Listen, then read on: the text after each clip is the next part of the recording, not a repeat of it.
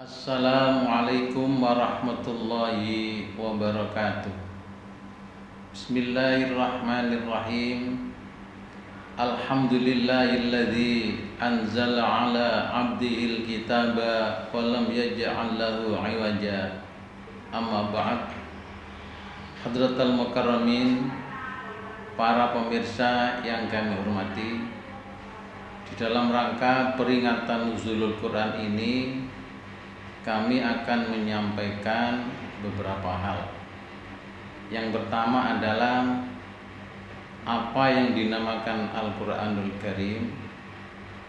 Nomor dua, bagaimana Al-Quran itu diturunkan kepada Nabi Muhammad SAW. Nomor tiga, apa kewajiban-kewajiban kita sebagai orang Muslim terhadap Al-Quran. Nomor empat, macam-macam orang membaca Al-Quran. Nomor lima, fadilah atau keutamaan bagi orang-orang yang mau membaca Al-Quran. Para pemirsa yang berbahagia, ketahuilah bahwa yang dinamakan mukjizat adalah amrun khariqun lil adah, yaitu sesuatu yang berbeda dengan kebiasaan. Adapun mukjizat Allah Subhanahu wa taala yang diberikan kepada Nabi kita Muhammad sallallahu alaihi wasallam jumlahnya banyak sekali. Di antaranya Nabi Muhammad sallallahu alaihi wasallam punya kemampuan untuk menghentikan jalannya matahari. Nomor dua, Nabi Muhammad punya kemampuan untuk membelah rembulan menjadi dua. Nomor tiga, Kanjeng Nabi Muhammad sallallahu alaihi wasallam bisa mengeluarkan air dari ibu jari tangan sehingga bisa diminum air itu oleh para sahabat dan digunakan untuk mengambil air wudhu. Dan Nabi Muhammad sallallahu alaihi wasallam mampu makanan yang sedikit cukup dimakan orang banyak, sampai ribuan para sahabat ikut makan semuanya, dan ternyata makanan itu masih sisa dan masih ada. Para pemirsa yang berbahagia, adapun Al-Quran itu semuanya terjadi ketika Rasulullah Sallallahu Alaihi Wasallam masih ada. Sedangkan Rasulullah ketika sudah tidak ada, maka mukjizat seperti itu sudah tidak berlaku dan tidak ada lagi. Sedangkan Al-Quranul Karim adalah mukjizat yang diturunkan oleh Allah Subhanahu wa taala sejak 1400 tahun yang lalu sampai sekarang, bahkan sampai datangnya hari kiamat nanti, Al-Quranul Karim masih ada, bahkan tetap ada, bahkan masih asli sebagaimana aslinya. Bagaimana Allah Subhanahu wa taala berfirman, "Inna nahnu nazzalna dzikra wa inna lahu lahafidun." Sesungguhnya kami Allah lah yang menurunkan Al-Quranul Karim, dan kami Allah lah yang menjaga keaslian daripada Al-Quran itu. Artinya apa para hadirin yang mulia? Al-Quran itu sejak diturunkan 1400 tahun yang lalu sampai sekarang, bahkan sampai nanti hari kiamat, tidak ada perubahan sama sekali. Baik itu hurufnya, lafadznya, atau makhrajnya, atau tajwidnya, atau fasohanya, tetap masih dijaga kemurniannya oleh Allah Subhanahu wa taala. Itulah Al-Quran. Para pemirsa yang berbahagia, lalu apa definisi Al-Quran? Al-Quran adalah kalamullah al-mu'jizu al-munazzalu ala khatabin Nabi Muhammadin sallallahu alaihi wasallam bilughatil arabiyyati biwasitati Jibril alaihi salam, mangkulun ilaina bitawaturi wa yuta'abbad bitilawati. Artinya yang dinamakan Al-Quran adalah firman Allah sebagai mukjizat Allah yang diturunkan kepada Nabi Muhammad sallallahu alaihi wasallam dengan menggunakan bahasa Arab. Yang menurunkan adalah malaikat Jibril alaihissalam dan disampaikan kepada kita umat manusia kita dengan cara mutawatir dan dianggap beribadah bagi yang membacanya. Itulah diantara definisi kitab Al-Quranul Karim. Para pemirsa yang berbahagia, lalu apa saja kewajiban kita orang muslim terhadap kitab suci kita, yakni kitab Al-Quranul Karim? Di antara kewajiban kita kepada Al-Quranul Karim, yang pertama adalah harus bisa membacanya. Artinya apa para hadirin yang mulia, orang Islam harus punya kemampuan untuk bisa membaca Al-Quran. Mengapa demikian? Karena qala Rasulullah sallallahu alaihi wasallam, la salata liman lam yaqra bi ummil Quran. Salat merupakan salah satu rukun di dalam agama kita, yakni agama Islam. Dan di dalam salat itu ada salah satu rukun yang harus kita baca. Kata hadis beliau, barang siapa man lam yaqra, la salata liman lam yaqra bi ummil Quran. Tidak sah salat seseorang apabila ketika melaksanakan salat tidak membaca ummil Quran atau suratul Fatihah atau tidak membaca Al-Quran. Berarti para hadirin, para pemirsa yang berbahagia, membaca Al-Quran adalah menjadi salah satu sah kunci daripada sahnya ibadah sholat kita. Berarti membaca Al-Quran merupakan kewajiban yang harus dilakukan oleh setiap individu muslim. Kewajiban nomor 2 kepada Al-Quran, para pemirsa yang berbahagia, adalah hendaknya kita berusaha untuk mengetahui makna-maknanya dan kandungannya. Mana kalimat-kalimat atau ayat-ayat yang menganjurkan, memerintahkan kepada kita, dan mana ayat-ayat Al-Quran yang melarang kita untuk berbuat. Jadi artinya apa para hadirin? Belajar untuk mengetahui makna Al-Quran secara tafsili itu merupakan suatu di antara keharusan kita. Kalau bisa memang demikian, dengan cara pondok pesantren atau dengan cara yang lebih baik lagi. Atau boleh jadi kalau tidak mungkin karena kesibukan dan lain sebagainya, maka memahami Al-Quran secara ijmali, secara garis besar.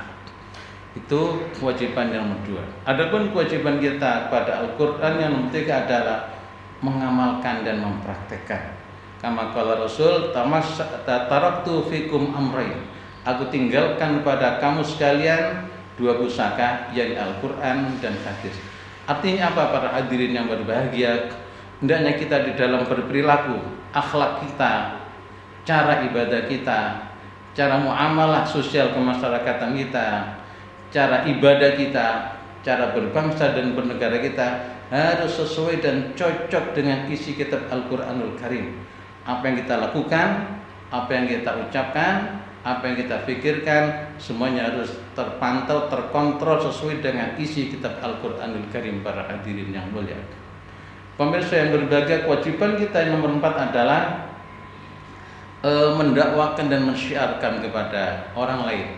Artinya apa para hadirin? Setelah kita belajar di pondok pesantren, belajar di lembaga-lembaga pendidikan dan lain sebagainya, kalau sudah punya ilmu, maka ilmu yang kita miliki harus disampaikan kepada masyarakat. Bagaimana firman Allah, idza rajau ilaihim la'allahum yahdharun. Artinya apa?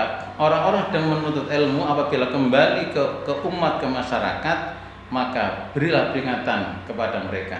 Sampaikan ilmu kamu sekalian kepada masyarakat agar mereka bertauhid kepada Allah, agar mereka menyembah kepada Allah, dan agar mereka jadi orang bertakwa kepada Allah Subhanahu wa taala. Para pemirsa yang berbahagia, yang dimuliakan Allah, kewajiban kita pada Al-Quran atau yang perlu kita ketahui pada Al-Quran adalah, keempat adalah macam-macam orang yang membaca Al-Quran. Rasulullah Muhammad sallallahu alaihi wasallam mengatakan dalam suatu riwayat hadis hasan, orang yang membaca Al-Quran itu ada 4 macam. Satu adalah orang muslim yang bisa membaca Al-Quran dan dia mau membacanya. Dicontohkan oleh Rasul, orang seperti utrujat. Apa? Jeruk keprok. Jeruk keprok itu ada jeruk yang baunya harum, enak, kalau dimakan manis dan nikmat. Orang muslim yang bisa baca Al-Quran dan mau membaca Al-Quran seperti jeruk keprok. Nomor 2, orang muslim yang bisa baca Al-Quran tapi dia tidak mau membacanya, malas, ogah, kasalanun karena pemalas. Orang ini disamakan oleh Rasulullah seperti tamrotin, seperti buah kurma. Apa buah kurma itu? Buah kurma itu kalau dimakan enak, nikmat, manis, tapi tidak ada buahnya. Berarti orang muslim yang bisa baca Al-Quran tapi tidak mau baca Al-Quran seperti buah kurma. Nomor 3, para pemirsa yang berbahagia, orang muslim yang fajir atau fasik. Artinya apa? Muslim tapi setiap hari dia berbuat maksiat. Maksiatnya tidak mau berhenti. Satu hari dia berbuat maksiat, tapi dia masih mau baca Al-Quran. Orang muslim yang fajir atau fasik tapi masih mau baca Al-Quran, orang ini oleh Rasulullah disamakan dengan rehana. Apa? Kembang atau bunga. Apa? Kembang itu adalah baunya enak, baunya wangi dan harum, tapi kalau dimakan adalah pahit dan tidak ada orang yang mau memakan kembang karena rasanya pahit. Nomor 4, para pemirsa yang berbahagia adalah orang muslim yang fajir, yang ahli maksiat dan tidak mau baca Al-Quran. Orang ini oleh Rasul disamakan dengan buah khandulah. Apa buah khandulah itu? Adalah buah yang baunya tidak enak, baunya tidak sedap dan dimakannya pahit, yakni buah butrowali. Orang muslim yang ahli maksiat disamakan oleh Rasulullah Muhammad seperti buah butrowali. Para pemirsa yang berbahagia yang dimuliakan Allah, yang kelima adalah apa keistimewaan fadilah orang yang membaca kitab Al-Quranul Karim. Para pemirsa yang berbahagia, di antara keistimewaan orang yang mau membaca Al-Quran banyak sekali. Di antaranya adalah Al-Quran itu bisa atau mampu memberi syafaat, pertolongan kepada yang mau membacanya, baik ketika di alam dunia, ke alam makbaro, alam barzah, atau alam akhirat. Mantan Rais Am PBNU Kiai Haji Ahmad Siddiq, beliau mengatakan, di suatu rumah apabila salah satu di antara penghuninya selama masih ada yang mau baca Al-Quran secara istiqomah, maka rumah itu insya Allah tidak akan fakir atau tidak akan miskin. Itu syafaat Al-Quran yang ada di alam dunia. Adapun syafaat Al-Quran ketika di alam kubur atau alam barzah, luar biasa para hadirin yang mulia. Seharusnya orang itu disiksa di kuburan, tapi karena dia sregep membaca Al-Quran atau hafal Al-Quran, malaikat atau mungkar nakir tidak jadi menyiksanya di alam kubur karena dia senang sregep membaca Al-Quran atau hafal Al-Quran. Syafaat di alam kubur. Adapun syafaat di alam akhirat adalah seorang yang seharusnya masuk di dalam neraka karena kesalahan yang banyak, tapi dia ahli baca Al-Quran atau dia hafal Al-Quran, tidak jadi dimasukkan di dalam neraka. Jadi hikmah Al-Quran yang pertama adalah memberi syafaat kepada pembacanya, baik ketika di alam dunia, di alam barzah, atau di alam kuburan, atau di alam akhirat nanti, para pemirsa yang berbahagia. Nomor 2, hikmah atau fadilah orang yang membaca Al-Quran adalah tentang ilmu. Orang Islam wajib belajar. Artinya apa, para pemirsa? Ilmu yang paling utama yang harus dipelajari oleh orang muslim adalah Al-Quran. Sebaik-baiknya belajar, sebaik-baiknya mengaji, sebaik-baiknya talabul ilmi adalah mencari ilmu Al-Quran, ngaji Al-Quran.